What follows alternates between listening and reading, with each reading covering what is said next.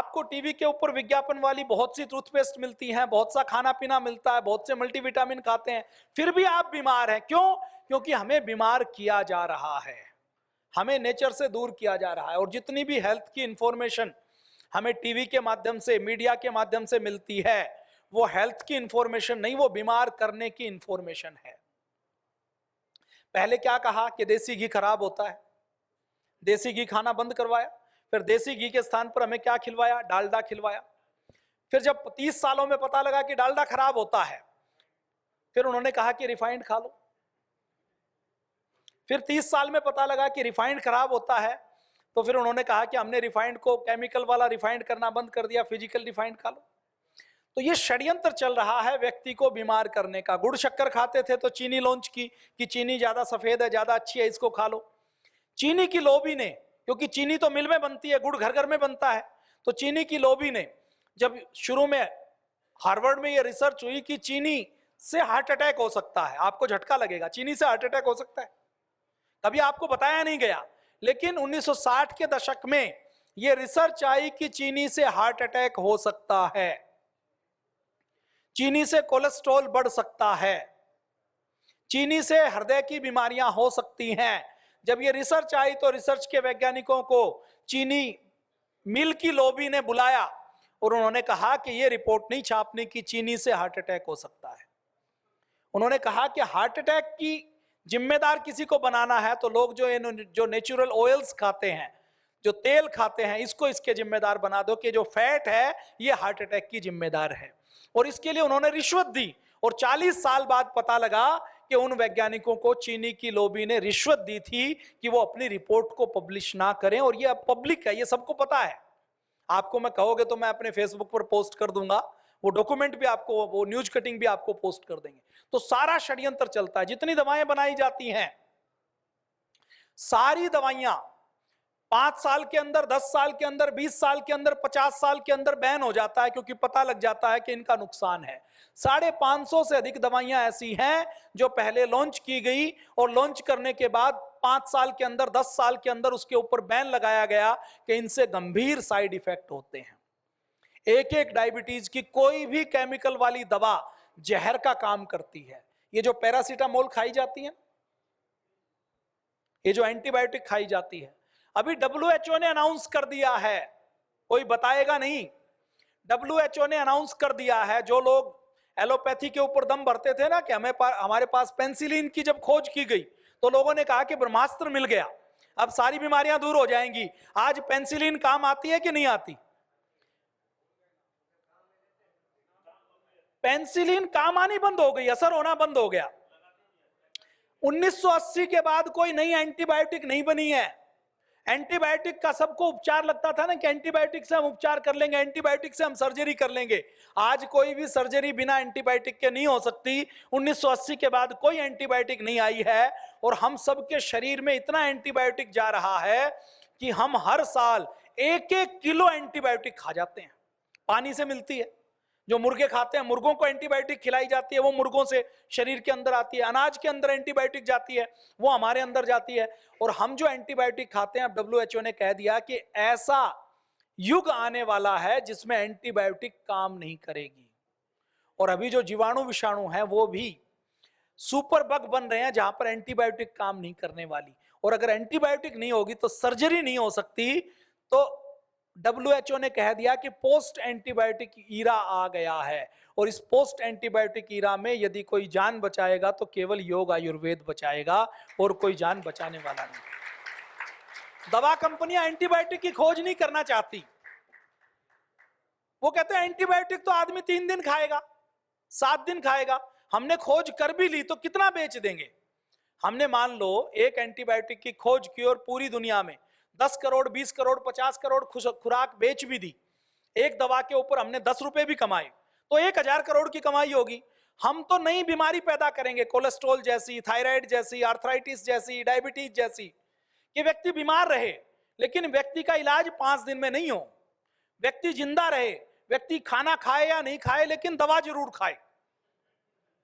सारी बीमारियां ऐसी है नहीं, कोलेस्ट्रॉल की बीमारी ऐसी है या नहीं है, नींद की बीमारी ऐसी है या नहीं, बीपी की बीमारी ऐसी है या नहीं है, थायराइड की बीमारी ऐसी है या नहीं है, डायबिटीज की बीमारी ऐसी है या नहीं है, जोड़ों के दर्द की बीमारी ऐसी है या नहीं है,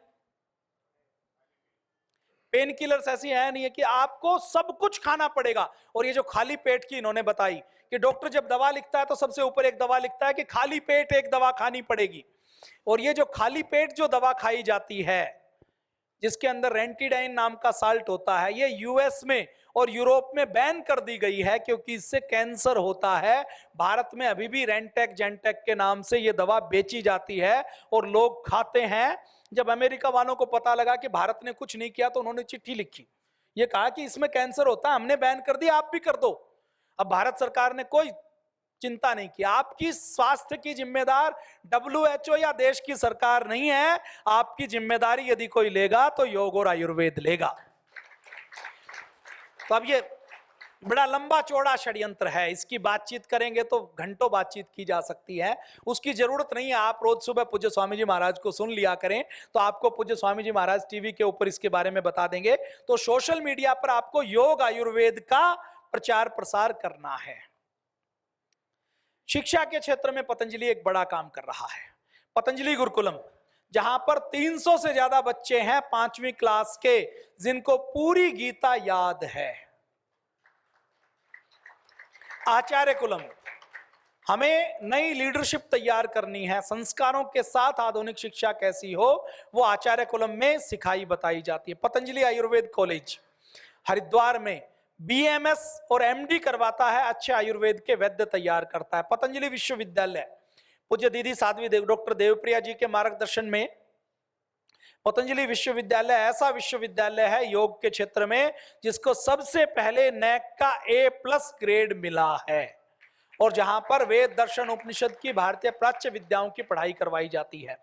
भारतीय शिक्षा बोर्ड पूरे देश के लाखों विद्यालयों को लॉर्ड मैकाले की शिक्षा पद्धति से बचाने के लिए भारतीय शिक्षा बोर्ड बनाया गया है, जिसका अपना सिलेबस बनाया गया है, जिसमें यह नहीं पढ़ाया जाएगा कि अकबर महान था, जिसमें पढ़ाया जाएगा कि महाराणा प्रताप महान थे, जिसमें भगत सिंह को आतंकवादी नहीं बताया जाएगा, जिसमें अपनी पीढ़ियों के नाम पर हम औरंगजेब को, शाहजहां को, जहांगीर को, बाबर को, अकबर को, हुमायूं को नहीं पढ़ाएंगे, हम राम और कृष्ण को पढ़ाने वाले हैं। ऐसा सिलेबस बनाया जा रहा है।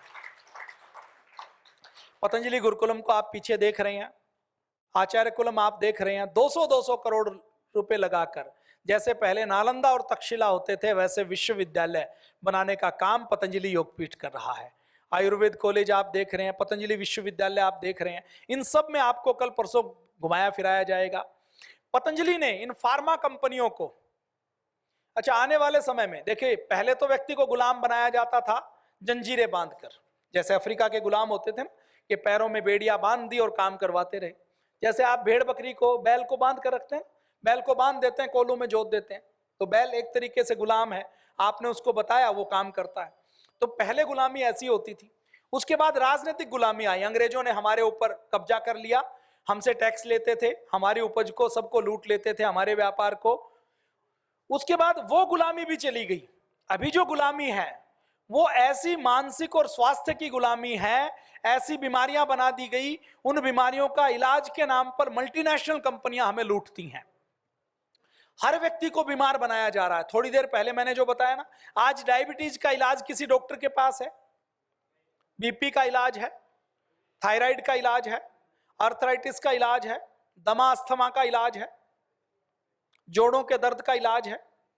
किसी भी बीमारी के आगे टिस लगता है, अर्थराइटिस, कोलाइटिस, जिसके आगे टिस लग गया उसके बारे में डॉक्टर खुद कहते हैं कि इसका कोई इलाज नहीं। एलोपैथी के खुद डॉक्टरों ने यह माना कि 250 से ज्यादा बीमारियों में हमारे पास केवल लगभग 17 बीमारियों का केवल मैनेजमेंट है, जिसको वो उपचार कहते हैं, बाकी का तो कुछ भी नहीं है। पतंजलि योगपीठ ने पतंजलि वेलनेस के माध्यम से डायबिटीज, आप में से ऐसे कौन कौन लोग हैं जिन्होंने योग से अपनी डायबिटीज ठीक की है? हाथ खड़ा करो एक बार, जिनकी डायबिटीज योग क्लास लगाने से ठीक हुई है। एक बार जोरदार करतल ध्वनि से, डायबिटीज ठीक हुई या नहीं हुई? अगर आप डॉक्टर के पास जाते तो डायबिटीज ठीक होती? नई बीमारी और लग जाती। तो आरोग्य और वेलनेस के पतंजलि वेलनेस हमारा संस्थान है, जहां पर डायबिटीज से लेकर गंभीर बीमारियां ठीक की जाती हैं। योगग्राम, निरामयम, पतंजलि आयुर्वेद हॉस्पिटल, पतंजलि वेदा लाइफ और पतंजलि वेलनेस।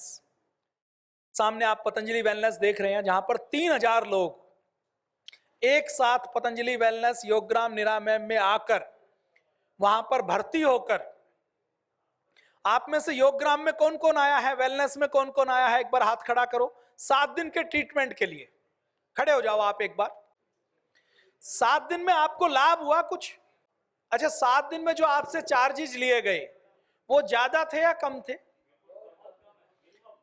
बाहर एक ट्रीटमेंट करवाते हैं तो 2000 रुपए लिए जाते हैं, यहां पर एक व्यक्ति को 7 दिन में 50 से ज्यादा ट्रीटमेंट दिए जाते हैं और केवल 3500 रुपए पर डे में उसको ट्रीटमेंट दिया जाता है। बैठ जाइए, धन्यवाद। तो ये पतंजलि वेलनेस खोला है, योगग्राम खोला है। ये योगग्राम देखिए कितना सुंदर है, यहां पर आपको भेजा जाएगा। निरामयम खोला है, निरामयम पूज्य स्वामी जी महाराज ने बनाया है, जहां पर लग्जरी व्यवस्थाएं हैं। ये थोड़ा महंगा है, जिनको वीआईपी ट्रीटमेंट चाहिए ना, कि जी हमें तो एक बड़ा सा सोफा हो, एक स्विमिंग पूल भी हो, हमारा कमरा बहुत बड़ा सा हो, एक स्वीट रूम हो। मीडियम क्लास क्या सोचता है कि कहीं दूसरे शहर में जाना हो तो एक चारपाई मिल जाए, एक पंखा कूलर ऐसी मिल जाए तो इतना बहुत है। और जो बड़ा व्यक्ति है वो क्या सोचता है कि होटल के अंदर मेरा कमरा इतना बड़ा हो, एक स्वीट रूम हो। तो ऐसे जो थोड़ा जिनको वीआईपी ट्रीटमेंट चाहिए उनके लिए निरामयम बनाया गया है। पतंजलि चिकित्सालय पूरे देश भर में अपनी सेवा का काम करते हैं। पतंजलि आयुर्वेद हॉस्पिटल हमने बनाया है, पतंजलि वेदा लाइफ बनाया गया है, मोदी नगर में बनाया गया है। और पतंजलि ने केवल योग में, आयुर्वेद में, वेलनेस में और शिक्षा के क्षेत्र में काम नहीं किया, बल्कि पतंजलि ने स्वदेशी के क्षेत्र में भी एक बड़ा काम किया है। सबसे पहले हमने आयुर्वेद की दवा बनाने के लिए दिव्य फार्मेसी बनाई, उसके बाद पतंजलि आयुर्वेद लिमिटेड बनाई गई, Patanjali food and herbal park बनाया गया, तेजपुर में असम में एक पतंजलि की इकाई बनाई गई, महाराष्ट्र के नवासा में बनाई गई, पतंजलि दूध डेयरी बनाई गई, पतंजलि परिधान बनाया गया, पतंजलि सोलर एनर्जी बनाई गई, पतंजलि भरवा के नाम से एक आईटी का सॉल्यूशन देने की एक कंपनी बनाई गई, जो आईटी के क्षेत्र में देश की सेवा का काम कर रही है। इसी प्रकार से पतंजलि के माध्यम से 1 लाख से अधिक योग की कक्षाएं पूरे देश में चल रही हैं। योग का प्रचार प्रसार पूरे देश के लगभग 6 लाख से अधिक गांवों में योग को पतंजलि ने पहुंचाया है। गन्ना खरीदना हो, तुलसी खरीदना हो, आंवला खरीदना हो, एलोवेरा खरीदना हो, ये सब काम पतंजलि कर रहा है। अभी ना पूज्य दीदी और मुझे विदेश से बुलावा आया, यूरोप के कई जगह जाकर कुछ भारतीय संस्कृति के बारे में बातचीत करनी थी। तो वहां पर हम जर्मनी गए, हॉलैंड में गए, फ्रांस में गए, स्विट्जरलैंड में गए, ऑस्ट्रिया में गए। तो वहां कई देशों में जब हम गए तो पूरे यूरोप में तुलसी पैदा नहीं होती, गिलोय पैदा नहीं होती, पीपल पैदा नहीं होता, बड़ पैदा नहीं होता, आंवला पैदा नहीं होता। तो आयुर्वेद में इन सारी चीजों को अमृता कहा गया है। क्या कहा गया है? अमृता। तो ये अमृत जैसी चीज कहां पर दी है भगवान ने? केवल अखंड भारत में, आर्यव्रत में दी है। अभी टूट के पाकिस्तान बन गया, तो ये जो हिस्सा है केवल यहीं पर आता है। भारत के अंदर आंवला खूब होता था, लेकिन भारत में एलोपैथी वालों ने आंवला बिकना बंद करवा दिया, आंवलों को कोई खरीदने वाला नहीं था। तो उत्तर प्रदेश में, जहां के पूज्य स्वामी जी रहने वाले हैं ना, यहां पर आंवला खूब होता है। फतेहपुर में पूज्य स्वामी जी महाराज, मैंने कल भी बताया था कि 250 से अधिक लोगों की योग की कक्षा लगाते थे। और अभी जब 2008 में मैं और पूज्य स्वामी जी वहां बुंदेलखंड में, फतेहपुर में ना छोटे छोटे गांव हैं, तो कच्चे मकान बने हुए हैं, मिट्टी से लीपते हैं, अभी भी बिल्कुल नेचुरल मकान है, अभी भी वहां पर मिल जाएंगे। तो हम 2009 में आंदोलन चल रहा था, तो प्रचार प्रसार के लिए जब वहां गए, मैं और पूज्य स्वामी जी साइकिल से गांव के अंदर गए हैं कि गांव के लोगों को भारत स्वाभिमान आंदोलन के बारे में बताना है। तो उस समय जब पूज्य स्वामी जी को कहा कि आप राज्य स्तर पर स्वामी जी कोई दायित्व ग्रहण करें, तो पूज्य स्वामी जी ने कहा कि मेरा उद्देश्य सेवा करना है, लेकिन बाद में पहले वेद दर्शन उपनिषद पूरा पढ़ना है ताकि ऋषियों की संस्कृति को आगे बढ़ा सकें। तो पूज्य स्वामी जी यहाँ आकर 10 साल तक पूरी पढ़ाई करते रहे और 10 साल के बाद अब सेवा के क्षेत्र में जुटे हुए हैं। तो एक बार पूज्य स्वामी जी का भी एक बार बहुत बहुत अभिनंदन करते हैं। पूज्य हमारे पूज्य स्वामी रिद्धदेव जी महाराज, ये भी लगभग 1.5 दशकों से संगठन की सेवा कर रहे हैं। महाराष्ट्र में पहले राज्य स्तर पर सेवा की और अब केंद्र में सेवा कर रहे हैं।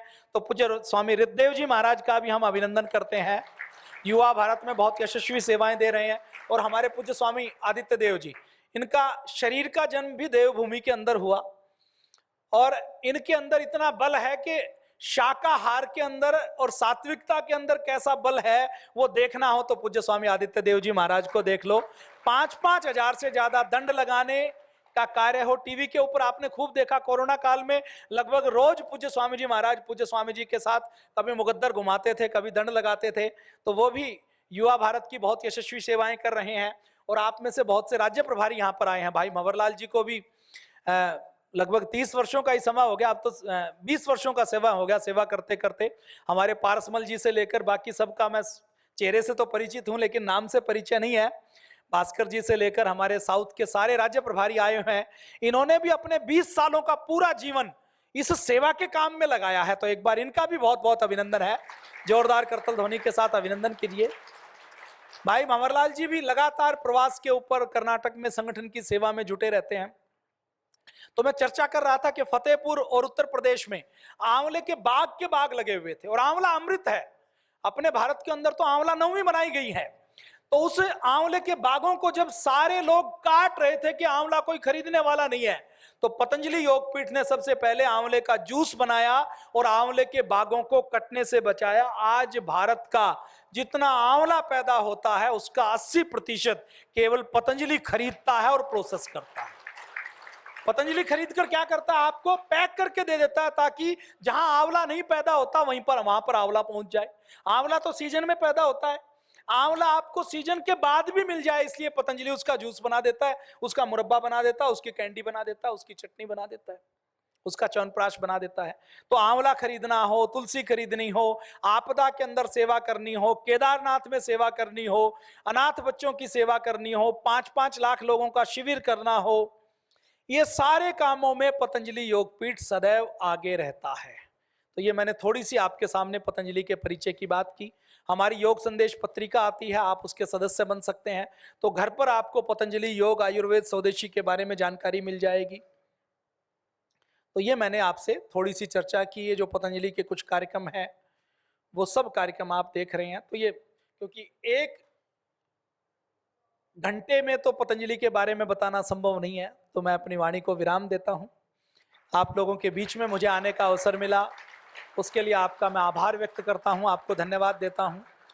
और बस आप ये जान लीजिए, बस निचोड़ के रूप में अंतिम एक बात कहता हूं। देखिए, जैसे ब्रह्मांड के अंदर फिजिक्स के नियम है ना, न्यूटन के, आइंस्टीन के, ये फिजिक्स के नियम तो भौतिक चीजों के ऊपर काम करते हैं। ब्रह्मांड के अंदर सबसे बड़ा नियम है आत्मा की अमरता का और कर्मफल का। हम जो करते हैं उसका कई गुना हमें वापस मिलता है। हम किसी को दुख देंगे तो कई गुना दुख वापस मिलेगा, किसी को सुख देंगे तो कई गुना सुख वापस मिलेगा। यह ब्रह्मांड का सिद्धांत है। अगली बात यह है, आप पूज्य स्वामी जी की तरह हॉस्पिटल बना सके, लंगर चला सके। लंगर भी चलता है यहाँ पर। ये जो महर्षि वाल्मीकि आश्रम है ना, यहाँ निःशुल्क धर्मशाला और लंगर भी है। मैंने सारी चीजें आपको बताई नहीं है, बहुत थोड़ी बताई हैं। गरीब कन्याओं का विवाह हो, कंबल वितरण हो, जड़ी बूटी वितरण हो, वृक्षारोपण हो, रक्तदान हो, देहदान हो, ये सब काम पतंजलि में होते हैं। सेवा का कोई ऐसा काम नहीं है जो पतंजलि नहीं करता। तो आप यदि हॉस्पिटल बना सकें, आपके पास 100 करोड़ हो तो हॉस्पिटल बना दीजिए। आपके पास 100 करोड़ नहीं है, आपके पास 10-20 करोड़ है तो आप कोई लंगर चला दीजिए, भूखों का पेट भर दीजिए। आपके पास 10-20 करोड़ है, आपको स्कूल कॉलेज बना दीजिए। और अगर आपके पास इन सब में कुछ नहीं है तो आप 100 लोगों की एक योग की कक्षा चला लीजिए। उससे जो बीमारियां दूर होंगी, उससे जो आपको पुण्य मिलेगा वो 100 करोड़ के हॉस्पिटल के जितना ही मिलने वाला है। तो यहां से आपको संकल्प लेकर जाना है। 2 संकल्प लेने हैं। एक तो अपनी योग की कक्षा जरूर लगानी है। कक्षा तो अभी आप लगा रहे हैं, अभी आप जो आ जाए उसको सिखा रहे हैं। अब इन 30 सालों में जो ये सब बना है, पूज्य स्वामी जी महाराज तो साधारण किसान के परिवार में पैदा हुए। उन्होंने तो कभी ये योजना नहीं बनाई, सब भगवान करवाता चला गया और वो करते चले गए। ये सब जो बना है, पूज्य स्वामी जी महाराज, पूज्य आचार्य जी तो दैवीय अवतार है, लेकिन पूज्य स्वामी जी और पूज्य आचार्य जी के पास जो व्यक्ति हैं वो तो हमारे जैसे ही हैं। जैसे राम जी के पास वानर भालू थे ना, अब वानर भालुओं के अंदर कोई बहुत ज्यादा दिमाग नहीं था, ऐसे ही जो हम यहां पर सेवा देखते हैं उनके अंदर कोई बहुत ज्यादा बुद्धि, बहुत ज्यादा दिमाग नहीं है। हम अगर खुद करना चाहें तो एक छोटा सा काम भी नहीं कर सकते, लेकिन पूज्य स्वामी जी महाराज के पुण्यों का प्रताप है ये सब जो हो रहा है, और आने वाले 10 सालों में जो अभी तक हुआ है उसका 100 गुना ज्यादा भी होगा। क्यों होगा? क्योंकि पूज्य स्वामी जी महाराज ने इतने पुण्य किए हैं। तो आपको जो आप करेंगे, आपकी कक्षा में आएंगे तो 100 लोगों की कक्षा लगाइए, जबरदस्ती लोगों की लगाइए, क्योंकि आपने किसी व्यक्ति को ठीक कर दिया तो आपका पुण्य हो गया, और आपका पुण्य आपके इस जीवन को, अगले जीवन को ठीक कर देगा। और कम से कम 10-10 लोगों को आपको सहयोगी योग शिक्षक बनाना है, यह संकल्प आपको लेकर जाना है। यह संकल्प पूज्य स्वामी जी महाराज आपको करवाएंगे भी। तो मैं अपनी वाणी को विराम देता हूं। बोलिए भारत माता की।